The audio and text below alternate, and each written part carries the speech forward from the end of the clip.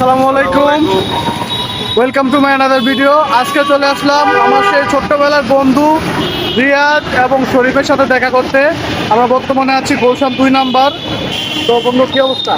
আলহামদুলিল্লাহ ভালো। ভালো আছো? কেমন লাগতো অনেকদিন পর দেখা হলো? আসলে আমরা তিনজন প্রায় 1 বছর পরে একসাথে হলাম। তা আলহামদুলিল্লাহ অনেক ভালো লাগতেছে। তিন বন্ধুর মনের অনেক কষ্ট, অনেক কথাবার্তা আছে যেগুলো শেয়ার করতে পারবো।